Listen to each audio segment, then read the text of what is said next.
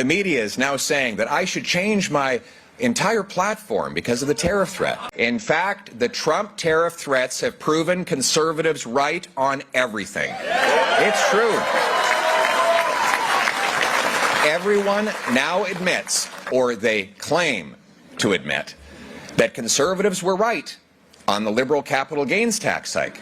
The leader of the official opposition doesn't even understand how the capital gains inclusion rate works. Yes. Chrystia Freeland appears to be changing her stance on the capital gains tax. Yeah, as finance minister, she introduced the measure in last April's budget to increase the capital gains inclusion rate. Well, now a source close to Freeland tells CTV News she would scrap that tax hike if she wins the leadership race.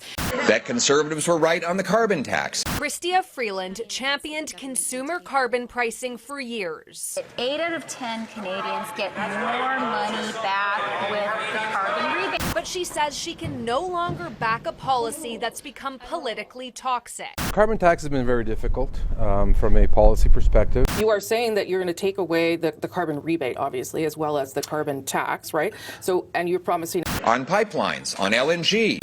Do you support the Prime Minister's decision to veto the Northern Gateway pipeline, Mr. Carney? I think it was sensible. I wasn't involved in the decision, but I think it was the right decision. And yet your company has invested billions of dollars in oil companies in both Brazil and the UAE to buy pipelines. talk about building new infrastructure, including pipelines. Do you support the idea of a west-east pipeline? Look, I support the concept. On fentanyl. Fentanyl is an absolute crisis in the United States.